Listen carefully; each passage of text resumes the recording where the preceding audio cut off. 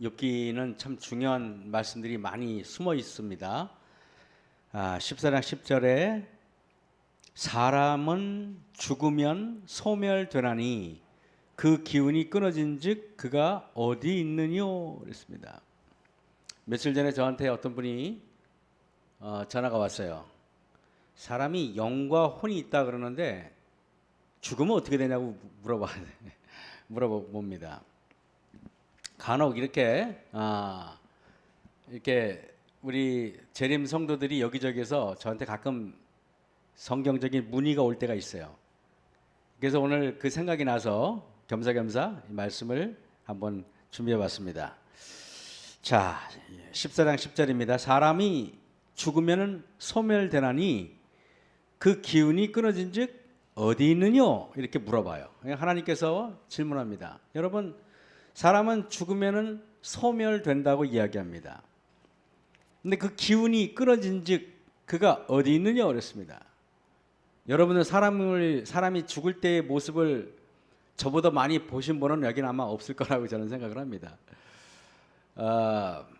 정말 목회하면서 가장 많이 본 게 돌아가시는 분들의 임종을 많이 본 것 같아요. 근데 이렇게 사람의 숨이 있잖아요. 이렇게 제가 이렇게 보면은 이 아이는 배꼽 아래에서 이렇게 숨을 쉬어요, 그죠? 그래서 아이가 숨을 이렇게 잘 때 보면은 이 아래 배꼽 주변이 이렇게 왔다 갔다 이렇게 합니다, 그죠? 이제 그러다가 나이를 먹으면은 숨이 자꾸 위로 올라와요, 자꾸, 그죠? 그래서 여러분들은 아마 여기서 숨을 쉴 거예요, 여기 가슴 폐에서 아마 숨을 쉬실 겁니다. 그래서 배가 움직이는 게 아니라 폐가 헐떡거릴 겁니다. 근데 이 돌아가시기 얼마 안 된 사람들은 숨이 여기까지 올라와요. 여기서 이렇게 숨이 이렇게 합니다. 그러다가 이제 바로 임종 전에 여기 이렇게, 그죠? 너무 실감 납니까? 하다가 그리고 돌아가셔요. 이게 웃을 일이 아니죠, 이거는. 제가 많은 분들이 그렇게, 그래서 제가 느끼는데, 여러분 오래 살려면은 이 숨을 자꾸 밑으로 내리셔야 돼요. 자꾸 숨을 이게 위로 올라오려고 걸 내리셔야 돼요. 그래서 우리가 목숨이 붙어 있는 한이라고 말하는데, 목에 숨이 목까지 오면은 거의 끝난 거예요. 그러니까 목에 숨이 여기까지 올라오면 안 됩니다. 밑으로 내리셔야 돼요. 그래서 우리 예언의 신에 보면은 복식 호흡을 해라 이런 말씀이 있죠. 괜히 그런 게 아닙니다. 오래 살려면은 그렇게 하시기 바랍니다. 자, 사람은 죽으면은 소멸되나니 그 기운이 끊어진즉 그가 어디 있느뇨? 이렇게 물어봐요. 자, 12절에 그리고 문답식으로 돼 있죠. 답이 나옵니다. 사람이 누우면은 다시 일어나지 못하고 하늘이 없어지기까지 눈을 뜨지 못하며 잠을 깨지 못하느니라 그랬습니다. 그래서 여러분, 죽은 사람들은 망우리 공동묘지에 있는 사람들도 우리 포천 재림묘지에 있는 사람들도 지금 누워 있어야 돼요. 언제까지 누워 있다 그랬어요? 하늘이 없어질 때까지 누워 있어야 됩니다. 지금 하늘이 있었다. 하늘이 지금 있어야 없어요? 있죠. 그러면은 아직 그분들은 무덤에서 누워 있어야 되는 시간이에요. 근데 하늘이 없어지는 때가 되면은 무덤 속에 있는 분들이 다 일어나시게 될 겁니다. 제가 무덤 속에 있는 사람이 다라고 얘기했죠, 그죠? 하늘이 없어지고 나서 시간차는 있지만은 악인도 일어나고 의인도 일어날 것입니다. 자, 하늘이 없어지기까지라 그랬는데 언제 하늘이 우리가 없어지기 잠깐 보기 전에 욥기 19장을 잠깐 보시겠습니까? 욥기 19장에 자, 욥기 19장 25절을 한번 보시기 바랍니다. 내가 알기에는 나의 구속자가 살아계시니, 여러분, 내가 알기에는 나의 구속자가 살아계시니 후일에 그가 땅 위에 서실 것이라. 여러분, 이게 후일에 우리가 나의 구속자가 후일에 땅 위에, 지금은 우리 예수님께서 우리 하나님 성부 성자 성령 이 세 분의 하나님이 오시잖아요. 그럼 예수님께서 지금은 어디 계세요? 땅 위에 계시지 않고 지금은 하늘에 계세요. 그죠? 그런데 여기에 성경은 분명히 있어. 후일에 그가 땅 위에 서실 것이라. 이제 예수님이 조금 있으면 땅 위에 서 계실 때가 옵니까? 와요. 근데 여러분 이렇게라, 나의 이 가죽 이것이 썩은 후에 욥기의 저자는 후일에 자기가 죽은 다음에 이런 일이 있는 걸 알고 있어요. 그죠? 그런데 우리 생애에 와서는 우리가 죽은 다음에 나의 구속자가 땅 위에 서실지 아니면 살아있을 동안에 있을지는 잘 모르겠어요. 그건 지금에 와서는 이제는 장담을 못하는 겁니다. 자, 내가 27절에 친히 그를 보리니 내 눈으로 그를 보기를 외인처럼 하지 않을 것이라. 그래서 여러분, 내 눈으로 그를 본다 그러는 걸 보면은 사람이 죽어서 영원히 천국 간다는 말은 다 거짓말이에요. 그래 안 그래요? 내 눈은 육체에 해당되는 거지 내 눈은 영혼에 해당되는 건 아니라는 것이죠. 맞죠? 그죠? 그렇다면은 오늘 제가 후일에 땅 위에 서실 것이라 그랬는데 언제? 하늘이 없어지기까지라 그랬으니까 성경에서 하늘이 없어지는 장면을 우리가 찾아가야 합니다. 베드로후서 3장을 잠깐 보시겠습니다. 베드로후서 3장입니다. 자, 베드로후서 3장 9절이에요. 9절 제가 읽습니다. 주의 약속은 성경에서 말하는 주의 약속은요 딱 하나예요. 다시 오시겠다는 겁니다. 그거보다 중요한 약속이 없어요. 맞죠? 그죠?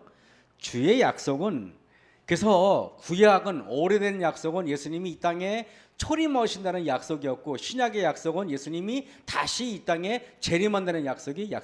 그래서 약속, 그 옛날 약속, 새로운 약속, 구약, 신약, 그렇게 말하는 것입니다. 주의 약속은 어떤 이에 더디다고 생각하는 것까지 더딘 것이 아니라 오직 너희를 대하여 오래 참으사 아무도 멸망치 않고 다 회개하기에 이르기를 원하시느니라. 그러나 10절이 중요합니다. 주의 날이 도적같이 오리니, 이 날은 분명히 예수님의 재림을 말하는 것임에 분명합니다. 그 날에는 하늘이 큰 소리로 떠나가고 그랬죠. 하늘이 여기 지금 없어지는 장면이 나옵니까? 예, 하늘이 없어지는 장면이 나와요. 하늘이 없어질 때까지 이렇게 하늘이 큰 소리로 떠나갈 때 죽은 사람들이 분명히 무덤 속에서 일어날 것입니다. 체질이 뜨거운 불에 풀어지고 땅과 그 중에 있는 모든 일이 드러나리로다 그랬습니다. 이것은 분명합니다. 여러분, 저는 이런 생각을 해봤어요. 그렇다면은 여기에 제가 요한복음 5장을 잠깐 보시겠습니다. 요한복음 5장에, 자, 요한복음 5장에 보시면은 자, 요한복음 5장입니다. 베드로후서 3장 말미에 계속 보면 하늘이 없어진 장면이 자세히 나오는데 요한복음 5장 보겠습니다. 요한복음 5장에,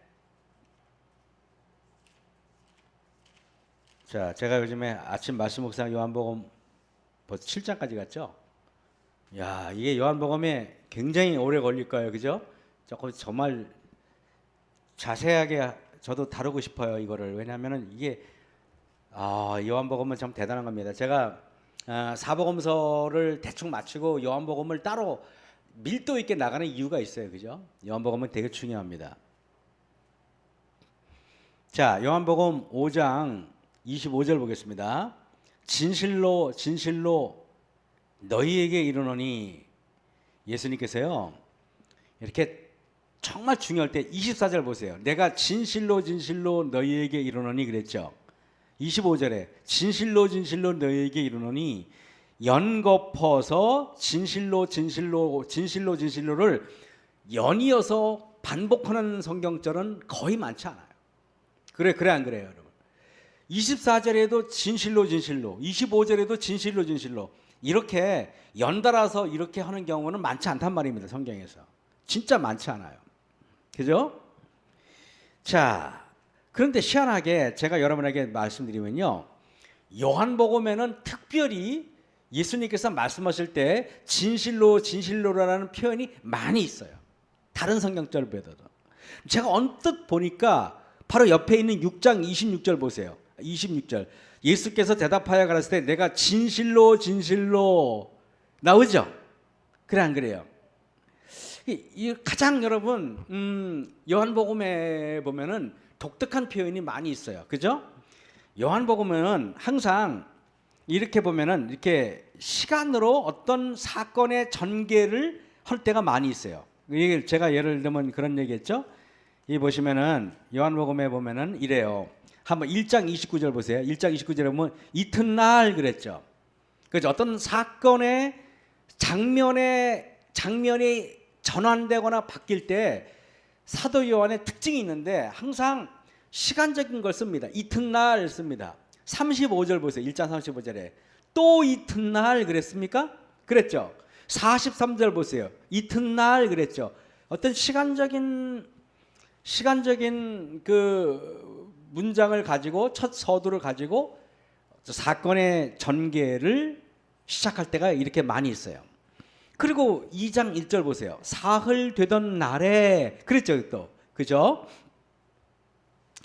이런 식으로 또 보면은요, 여러분 보면은 이렇게 어떻게 보면은 4장 43절을 또 보시겠습니까? 거기 보면은 이틀이 지남에 그랬습니까? 그 다음에 5장 1절 보세요. 그 후에 그랬습니까?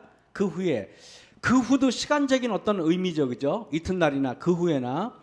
그 다음에 5장 14절 보세요. 그 후에라고 되어 있습니까?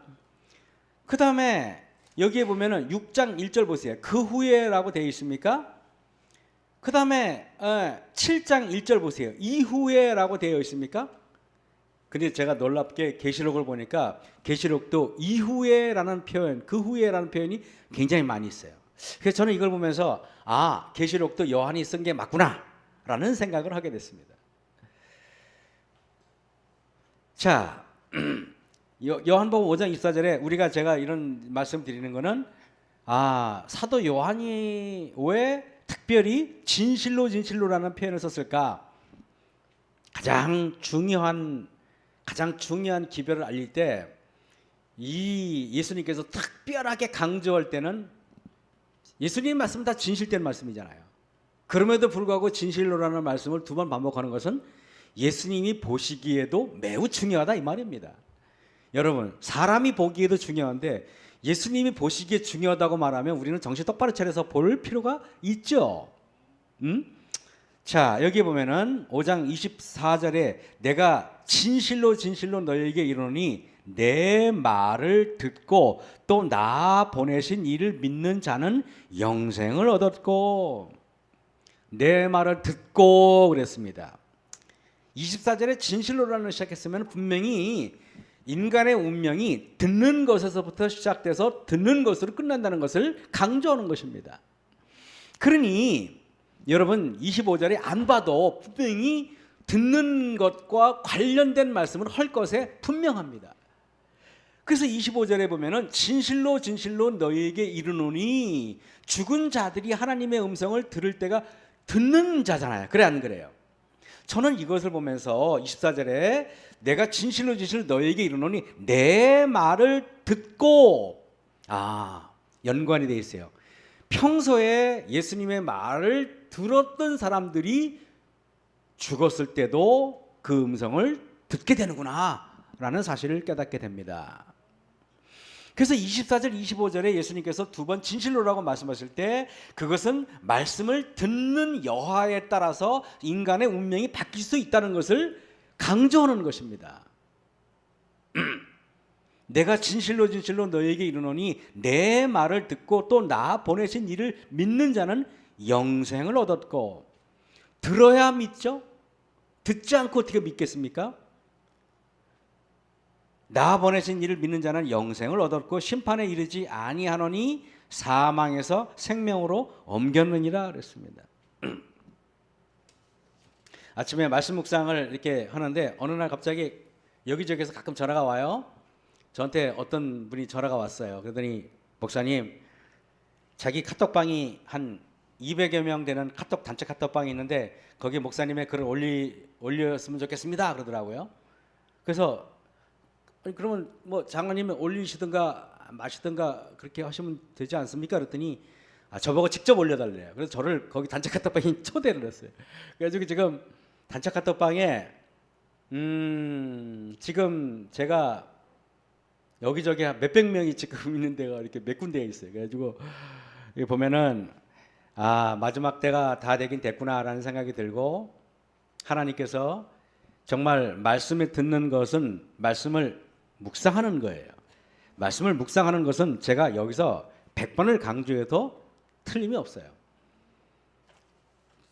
여러분들 여기 제가 왜냐면은 내가 진실로 너에게 이르노니 내 말을 듣고 오라고 그랬는데 왜 그랬을까? 진실로 이를 만큼 중요한데 듣지 않으려고 하기 때문에 그런 거 아닐까요? 그죠? 왜 그러면 안 들을까? 나 보내신 이를 믿는 자는 영생을 얻었고 그랬는데, 여러분 저는 이걸 보면서 자아가 죽은 자들은 분명히 하나님의 음성을 들을 때가 올 텐데, 한번 사무엘하 23장을 보겠습니다. 갑자기 뚱딴지같이 사무엘하를 가니까 이상하게 생각할 사무엘상입니다. 죄송합니다. 사무엘상 23장 할 건데, 제가 하나님의 음성이 어떤 사람한테 들리는지 좀 보여드리고 싶어서 그러는 겁니다. 사무엘상 23장 10절입니다. 지금 다윗은 사울 왕이 죽이려고 하는데 도망 다니고 있어요. 10절, 다윗이 가로되 이스라엘 하나님 여호와여, 사울이 나의 연고로 이 성을 멸하라고 그 일나로 내려오기를 꾀한다 함을 주의 종이 분명히 들었나이다. 다윗이 지금 아마 그 일나에 숨어 있을 겁니다. 그런데 사울 왕이 어떻게 알았는지 군대를 동원해서 다윗을 죽이려고 온다는 소문을 들었어요. 저는 이걸 보면서 사울 왕이 사울 정권에 다윗을 꽤 추종하는 사람들이 있었구나라는 생각이 들어요. 무슨 말인지 알겠습니까? 지금 다윗에게 지금 위험을 지금 알려주고 있는 사람이 있다는 말입니까? 있어요. 확실한 정보통이에요. 그래서 다윗이 하나님한테 여쭤보는 겁니다. 하나님, 지금 사울 왕이 나 때문에 이 죄 없는 그일라 사람들을 다 죽이려고 온다는데 그게 사실입니까? 라고 말하는 것입니다. 11절에 그일라 사람들이 나를 그의 손에 붙이겠나이까? 주의 종이 들은 대로 사울이 내려오겠나이까? 여러분, 만약에 사울 왕이 그일라로 내려오면 그일라 사람들이 자기 안 죽으려고 사울 왕을 잡아다가 사울 왕한테 바치지 않겠습니까? 그러니까 물어보는 거예요. 그랬더니 이스라엘 하나님 여호와여, 원컨대 주의 종에게 알려주옵소서. 여호와께서 가라사대 때 그가 내려오리라. 그랬습니다. 여러분, 이러니 사울 왕이 어떻게 했어요? 얼마나 기도를 했겠습니까? 이렇게 다윗은 어떤 위기가 닥칠 때마다 하나님께 직접 물어보고 직접 답을 구했어요. 어떻게 보면 부러워요, 그죠? 만약에 우리가 사울 왕처럼 직접 물어보고, 다윗처럼 직접 물어보고 직접 답을 구했더라면은 실수할 이유가 없겠죠, 그죠? 사무엘상 30장에 보세요. 자, 이렇게 매일 물어본다고 해서 다윗이 위험이 없어지는 게 아니더라고 보니까요. 30절 한번 4절을 보세요. 다윗과 그와 함께한 백성이 울 기력도 없도록 소리를 높여 울었더라. 여러분, 아말렉 사람들이 지금 여기 2절에 보니까 그 1절에 보겠습니다. 다윗과 그의 사람들이 제3일에 사글락에 이를 때 아말렉 사람들이 이미 남방과 시글락을 침노하였는데 그들이 시글락을 쳐서 불사르고, 그 시글락에는 다윗의 가족들 그리고 자기를 따르는 가족들이 살고 있는 곳이었어요. 그런데 그 가족들이 살고 있는 데를 아말렉이 쳐들어와 가지고 거기 있는 그 다윗을 추종하는 사람들의 가족들을 몽땅 다 잡아갔어요. 자녀들도 잡아가고 아내들도 잡아갔습니다. 그러니까 다윗과 같이 있는 사람들이 막 울었어요. 그랬더니 막 분노한 사람들이 6절에 보세요. 백성이 자기 자녀들을 위하여 마음이 슬퍼서 다윗을 돌로 쳐 죽이자 이렇게 말합니다. 여러분, 이게 제가 목회를 해보니까요, 목회를 하다가 교회가 어렵잖아요. 그러면은 성도들이 대만 목사한테 화살을 딱 돌립니다. 그런 경우가 굉장히 많이 있어요.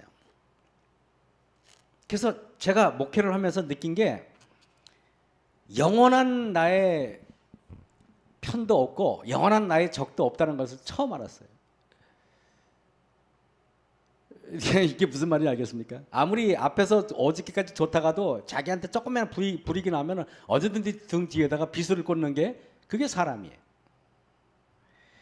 그래서 이 지구에는, 이 땅에서는 예수님 말고는 믿을 사람이 아무것도 없는 것입니다. 제가 이걸 보면서 여러분 보세요. 다윗이 지금 잘못한 거 아니잖아요. 그래 안 그래요? 아말렉이 쳐들어왔지 다윗이 뭘 잘못해서 하냐예요. 그런데 다윗이 있는데 그 아말렉 사람이 쳐들어와 가지고 자기 가족들을 다 데리고 가니까 화가 나. 그러니까 자기들이 다윗을 쫓아다닌 결과가 이거란 말인가? 라는 생각이 들었을 겁니다. 그래가지고 다윗을 죽이자고 얘기해요.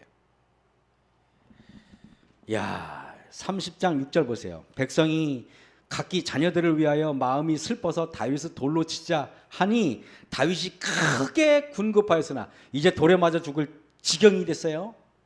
그 하나님 여호와를 힘입고 용기를 얻었더라 그랬습니다. 저는요, 여기 30장 8절 보세요. 다윗이 여호와께 묻자와 가로되 내가 이 군대를 쫓아가면 미치겠나이까? 여호와께서 대답하시 쫓아가라. 내가 반드시 미치고 정령 도로 찾으리라. 저는 이걸 보면서 느꼈어요. 여러분, 지금 다윗이 지금 어떤 처지인지 아십니까? 여차하면 돌에 맞아 죽을 정도로 지금 굉장히 다윗 여기 성경에도 크게 군급했다 얘기했습니다. 굉장히 다급해져. 굉장히. 다윗이 믿을 수 있는 마지막 카드는 뭐밖에 없어요? 하나님밖에 없죠. 다윗의 자아가 남아있다고 여러분 생각하십니까? 안 남아있어요. 다윗은 철저하게 하나님께 매달려야 됩니다. 여러분, 예수님이 이 땅에 오셔서도 다윗과 같은 삶을 살았어요. 항상 예수님을 노리는 자들이 있었어요. 그래서 한번 요한복음 한번 7장을 볼까요? 우리가 어저께 잠깐 했던 건데 잠깐 보겠습니다. 요한복음 7장을 보겠습니다. 보시면은 여러분 여기에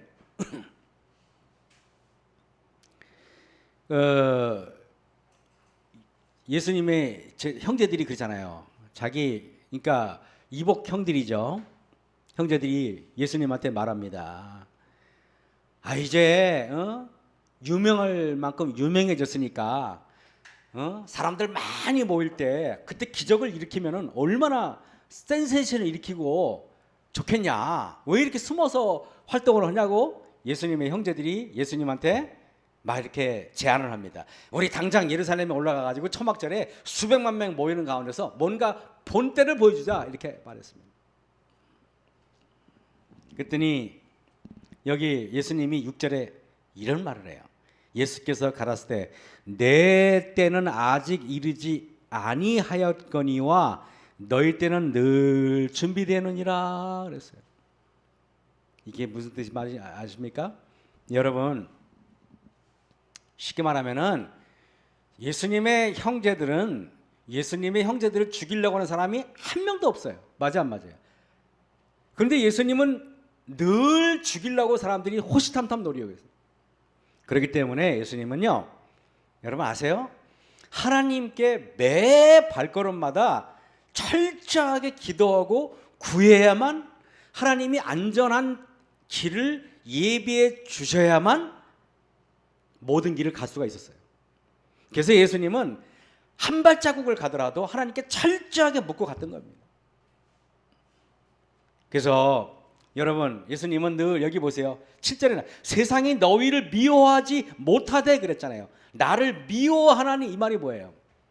너희들은 항상 사람들이 너를 미워하지 않으니까 네가 가고 싶은 대로 가도 상관없는데 나는 아니다, 이겁니다.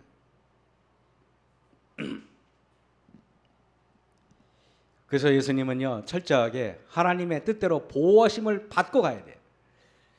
여러분, 이게 무슨 뜻인지를 알기 위해서 한번 출애굽기를 잠깐 볼까요? 이게 매우 중요한데요. 제가 이걸 보면서 한번 제가 궁금했던 게 있어요. 이게 뭐냐면은 4장 20절 보세요. 모세가 그 아내와 아들들을 나귀에 태우고 애굽으로 돌아가는데, 자, 그러면 애굽이 어떤 데인지 아십니까? 19절 보세요. 여호와께서 미디안에게 모세에게 이르시되 애굽으로 돌아가라. 내 생명을 찾던 자가 다 죽었느니라. 그래도 여전히 애굽은 공포의 땅이고 위험한 땅이죠. 그리고 지금 모세가 거기 가는데 여러분, 그게 안 위험한 땅입니까? 언제든 죽을 수 있잖아요. 그런데 자, 하나님께서는요, 지팡이 하나만 딱 가지고 애굽으로 가라 그래요. 200만 명을 다 구해오래요. 여러분, 지금 모세의 목숨은 하나님께 달려있거나 마찬가지 아니에요? 애굽 왕이 마음만 먹으면 죽여 그러면 단칼에 죽을 수 있잖아요. 그런데 모세는 애굽으로 갈 때 어떻게 했는지 아십니까? 하나님이 보호하지 않으면 한 발자국이라도 안전하게 갈 수 없는 걸 분명히 알았기 때문에 그는 비장한 각오로 갔을 거라고 생각됩니다. 그때 여기 23절 보세요. 내가 내게 이르기를 내 아들을 놓아서 나를 섬기게 하라 하여도 내가 놓기를 거절하니 내가 내 아들 내 장자를 죽이리라 하셨다 하라. 여호와께서 길의 숲에서 모세를 만나서 그를 죽이려 하는지라. 여러분, 한번 생각해 보세요. 애굽으로 가라고 그래 놓고 하나님이 모세를 죽이려 한다는 것이 언뜻 이해가 돼요, 안 돼요? 안 되죠. 이런 생각 안 해보셨어요? 25절에 십보라가 차도를 취하여 그 아들이 양피를 베어 모세의 발 앞에 던지며 가로되 당신은 참으로 내게 피난 편이다, 이런 얘기를 해요. 이게 뭔 뜻인지 아십니까? 모세가 애굽에 갈 때 하나님의 완벽한 도우심과 보호하심을 받기 위해서는 하나님의 말씀에 철저하게 하나라도 어기는 것이 있어서는 목숨을 구할 수 없다, 이 말입니다. 그래서 가장 그때가 해야 될 게 뭐예요? 할례를 행해야 되는데 그걸 안 한 겁니다. 이미 창세기에는 이미 부조와 선지자들은 다 할례를 행했잖아요. 모세는 안 하고 있었던 거예요. 그래서 저는 이걸 보면서 모세의 목숨은 하나님의 보호하심에 달려있기 때문에 하나님의 말씀에 철저하게 순종하는 마음으로 가지 않으면 안 된다는 걸 깨달았어요. 이런 맥락에서 요한복음 7장을 보시면은 이해가 되는 겁니다. 7장 6절에 예수께서 가라사대 내 때는 아직 이르지 아니하였거니와 너희 때는 늘 준비되어 있느니라. 이 뜻이 7절에 세상이 예수님을 너무 미워해서, 예수님이 예수님 미워하는 게 아니라 마귀가 미워하는 거겠죠. 마귀는 예수님을 호시탐탐 죽이려고 했어요. 왜? 예수님이 만왕의 왕이고 온 우주의 하나님일 때는 마귀가 감히 죽이려고 못해요. 그런데 지금 예수님은 연약한 인간의 모습으로 오셨잖아요. 죽이기 딱 좋은 때예요. 그래서 예수님께서 이 땅에 오셔서 철저하게 하나님께서 모든 명령을 하나님께서 지시하는 대로만 가지 않으면 매우 위험했어요. 그래서 예수님께서 성경을 보면 그런 말이 나와요. 자, 내가 이제 지금이 때가 왔도다, 이때다, 이런 말이 굉장히 많이 나와 있어요. 그죠? 이것은 괜히 있는 말씀이 전혀 아닌 것입니다. 하나님의 음성을 듣지 못하는 자들은 자신의 음성을 포기하지 않는 사람들의 특징입니다. 큰 소리 치는 사람들 치고 하나님의 음성을 듣고 큰 소리 치는 사람은 없어요. 하나님의 음성을 듣는 사람들은 자기의 목소리가 작아지게 되어 있고 자기의 주장이 작아지게 되어 있습니다. 침례 요한이 자기에게 침례 베풀 때 나올 때 갑자기 바리새인들한테 독사의 자식들아 라고 얘기했어요. 제가 늘 얘기했죠. 독사의 특징은 뭐라 그랬습니까? 그래, 귀가 없어요. 그래서요, 여러분, 독사의 특징, 귀가 없어요. 그래서 사람이 제일 답답한 게 언제인지 알아요? 대화할 때 내 말 안 듣고 지 말만 떠드는 사람이 제일 답답해요. 아주 속된 말로 환장하죠.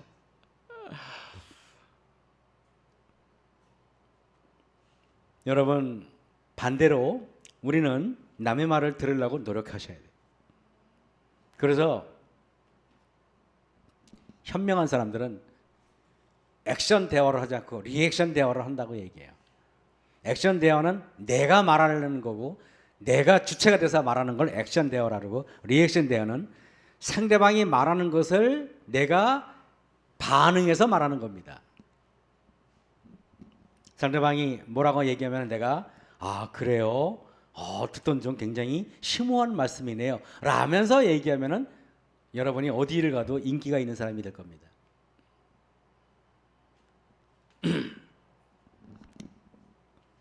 다윗이 사울 왕이 쫓겨다닐 때는요, 그의 귀는 크고 열려 있었어요.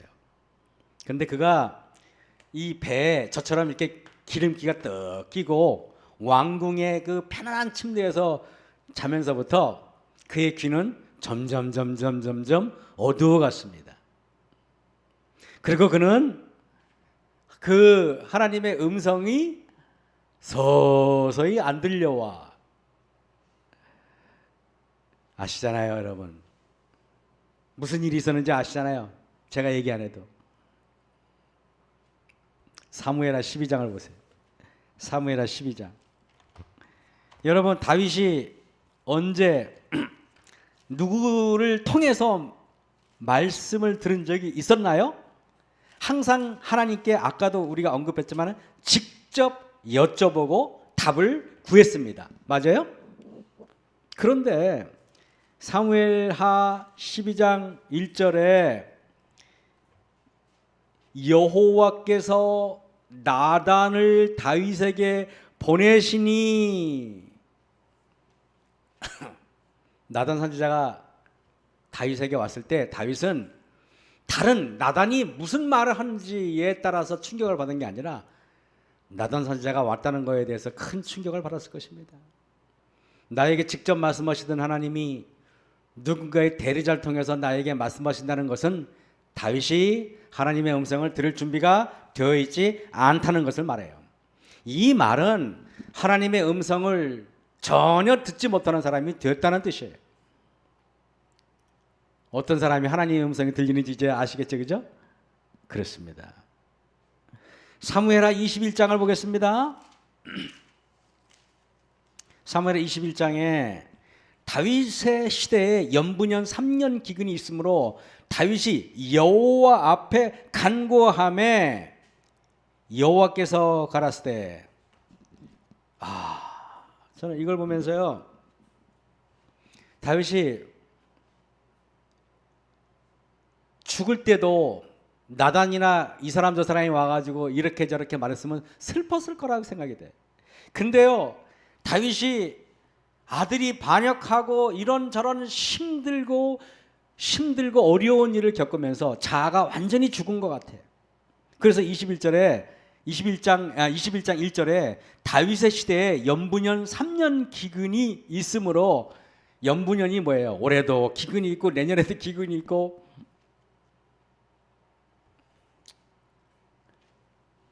다윗이 제가 봤을 때는 하나님 앞에 겸손했을 것 같아요. 그죠? 무릎을 꿇고 내 자아의 모습이 들리지 않았을 거라 생각이 돼요.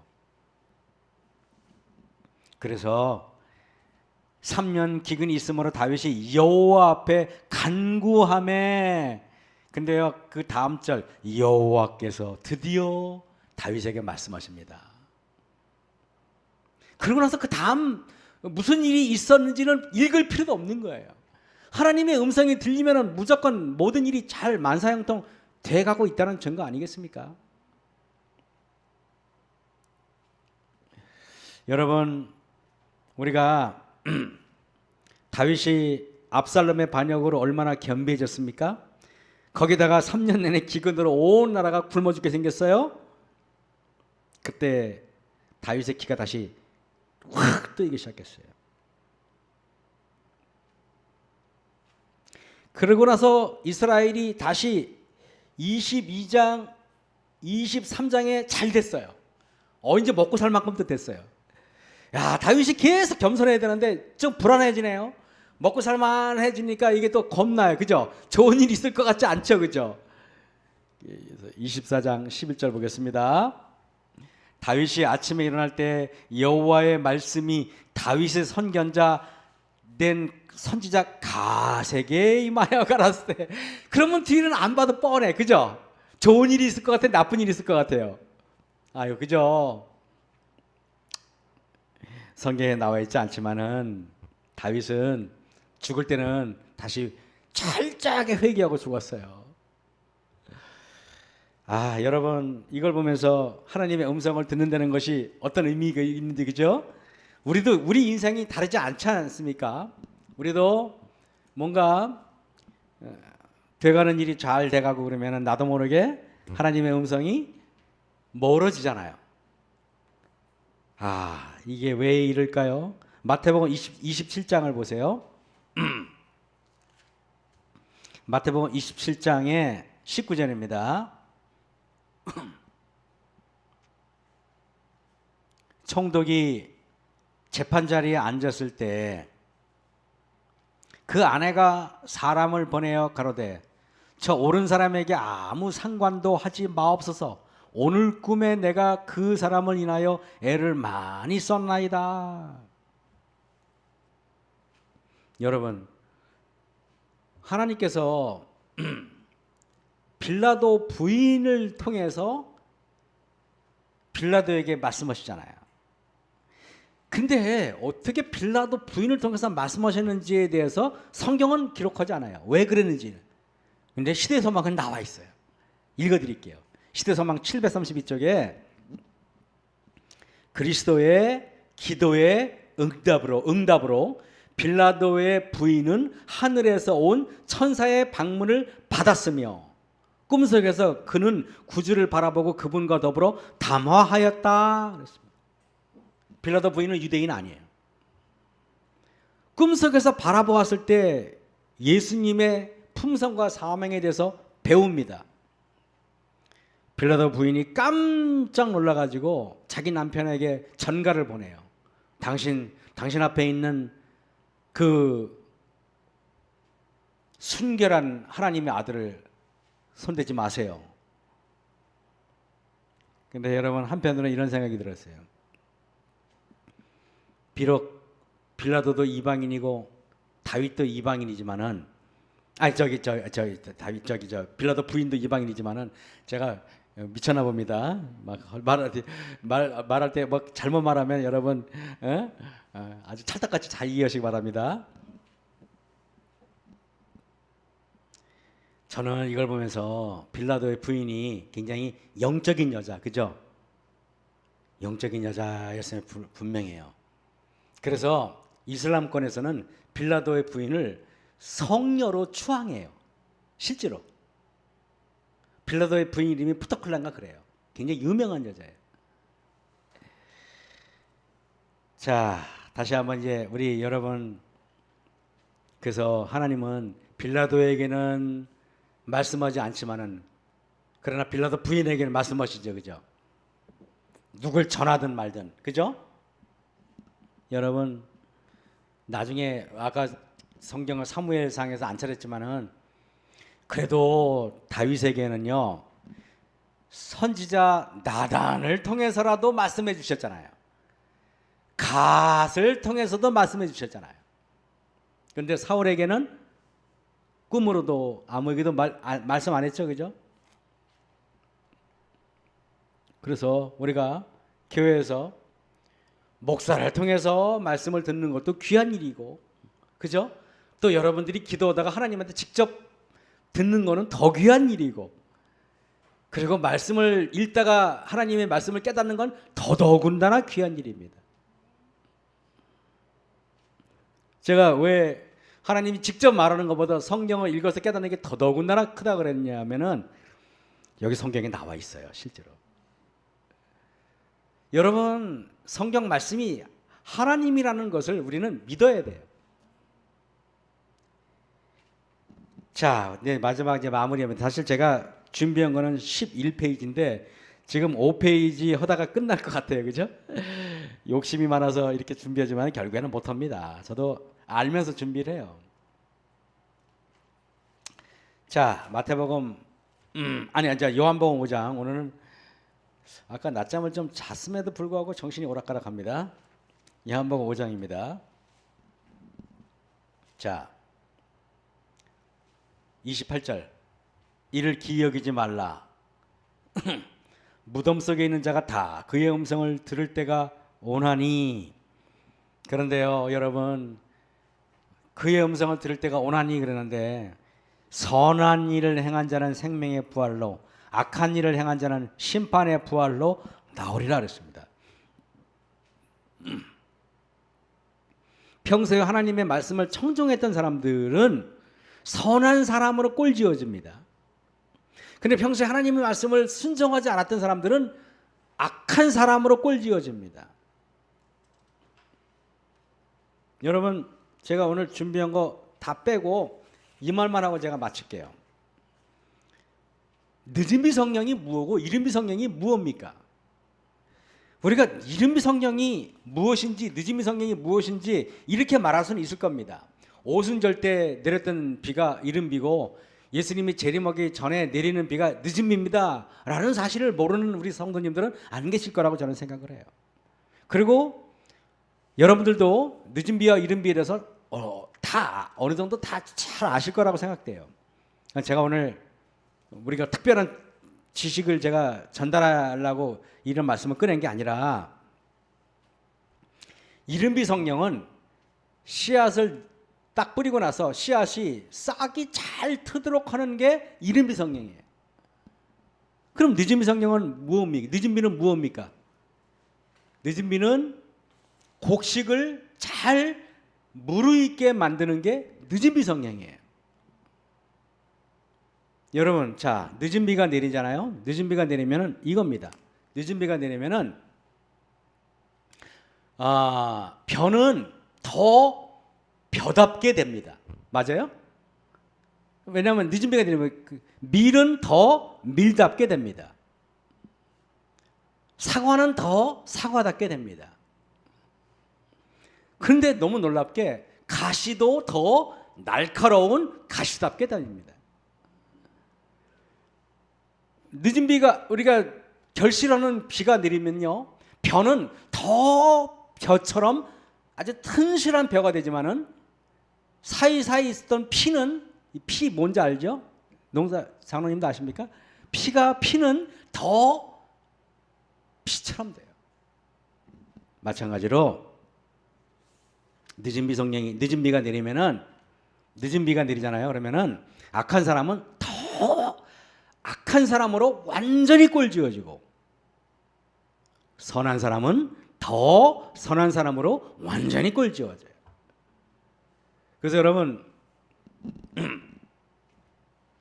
우리가 이제 그 벼를 수확한 다음에, 요즘에는 벼 수확한 다음에 항상 농협에서 수매할 때 어떻게 하냐면은 거기에 생산자 이름을 반드시 찍게 돼 있어요. 마크를.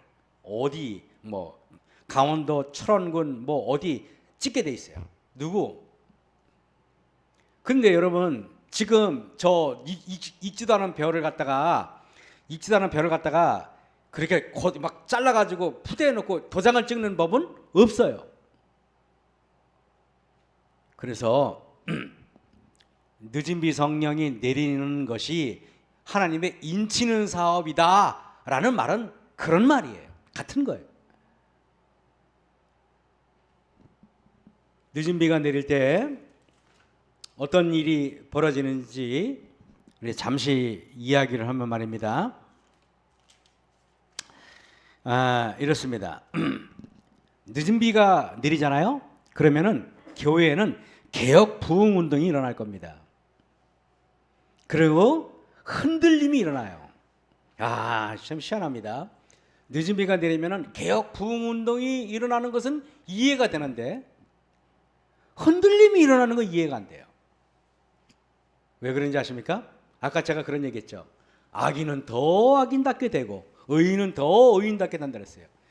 하나님의 말씀을 받아들이는 의인은 더욱더 의인답게 되기 때문에 그 사람들을 주축으로 개혁 부운동이 일어나지만은, 그러나 악한 사람들은 더 악해져 가지고 교회를 뒤흔들면서 지도 나가버립니다.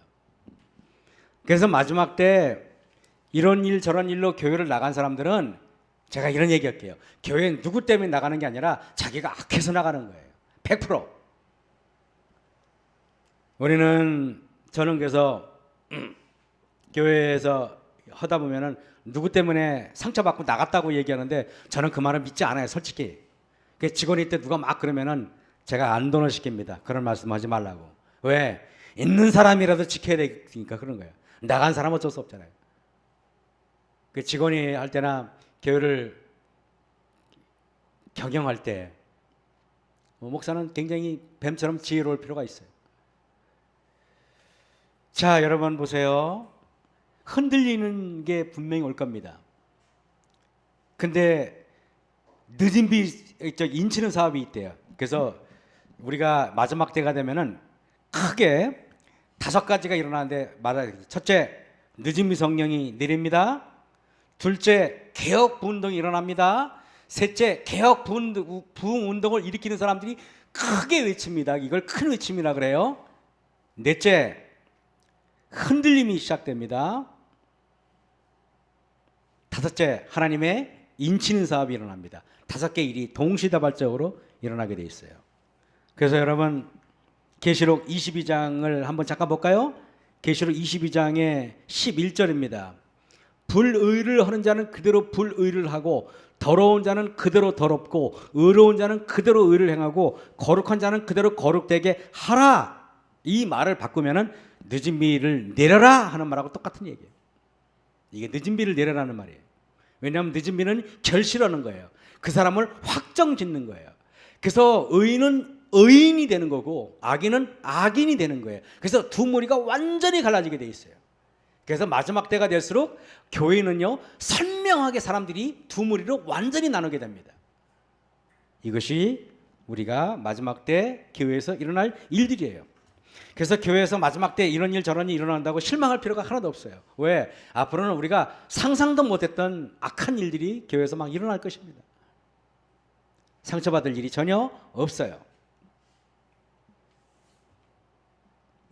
그러니까 내가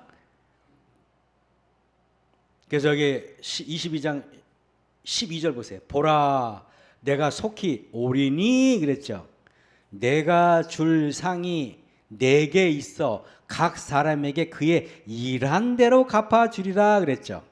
이게 아까 요한복음 5장 28절 29절에 선한 일을 행한 자는 생명의 부활로 악한 일을 행한 자는 심판의 부활로 나오리라는 말하고 무엇이 다릅니까 여러분? 똑같은 말 아닙니까? 그래 안 그래요? 같은 말이에요. 어차피 사도 요한이 썼기 때문에 요한이나 요한계시록이나 저는 요한복음을 요한계시록에 그대로 대입하고 싶어요. 왜? 똑같은 글이에요 사실은. 요한복음 요한계시록은요 저에게는요 성경에서 가장 강력한 복음서입니다. 그래서 제가 여러분에게 이제 앞으로 요한계시록을 강론할 일이 굉장히 많을 겁니다.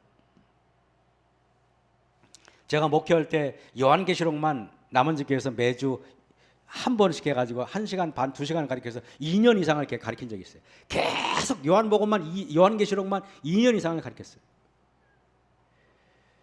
2년 이상을 가리켜도 끝이 없는 말씀이 이 안에 들어있어요. 어마어마한 이야기죠.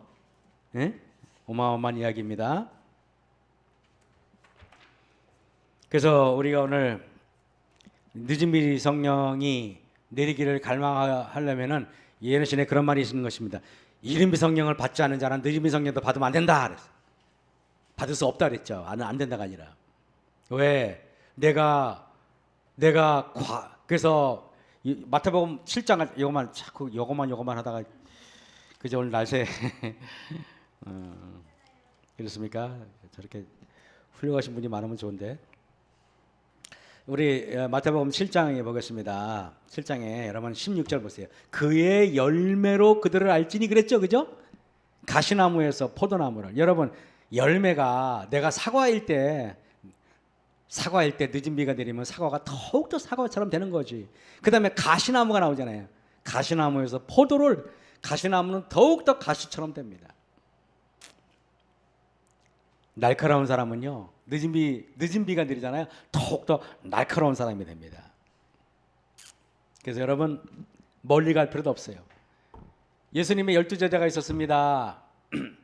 11명의 제자들은 사과나무고 귤나무고 감나무고 복숭아나무였어요. 딱 한 나무는 가시나무. 누구예요? 유다였죠. 유다는 예수님이 십자가에 달려 돌아가시기 전이 되니까, 시간이 거의 되니까 현저하게 유다처럼 되잖아요. 무슨 말인지 알겠죠? 처음에는 비슷했잖아요. 처음에는 유다나 제자들이나 비슷했단 말이에요. 근데 유다는 갈수록 유다스러워지고 다른 사도들은 갈수록 사도스러워졌죠.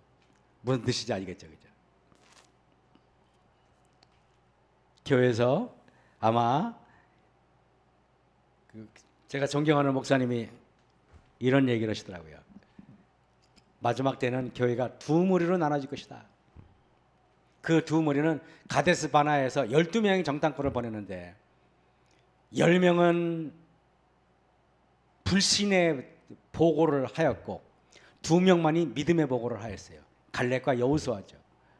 마찬가지로 교회에서도 갈렙과 여호수아 같은 믿음으로 말미암은 의를 주장하는 사람이 있고, 그리고 불신의 정탐꾼처럼 불신의 보고를 한 사람처럼 그런 사람이 있을 것이다 그랬어요.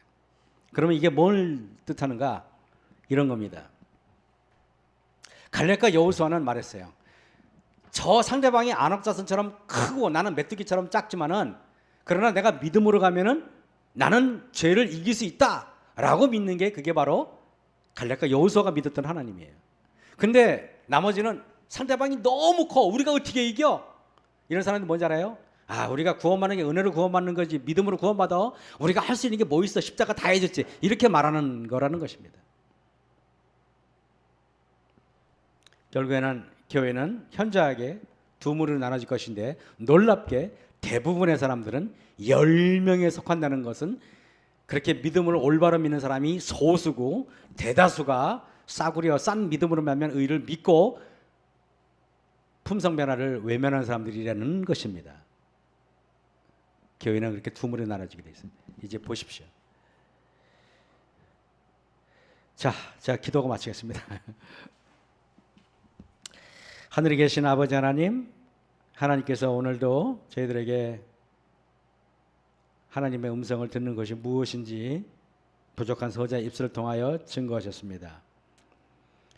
인간이 언제 자아가 작아지고 하나님의 음성이 크게 들리는지 매 순간마다 나 자신을 돌아봐서 내 자아의 소리가 큰지 하나님의 울림이 크게 다가오는지 느낄 수 있는 저희들 되게 도와주셨기만을 예수님 이름으로 감사하며 기도했사옵나이다. 아멘.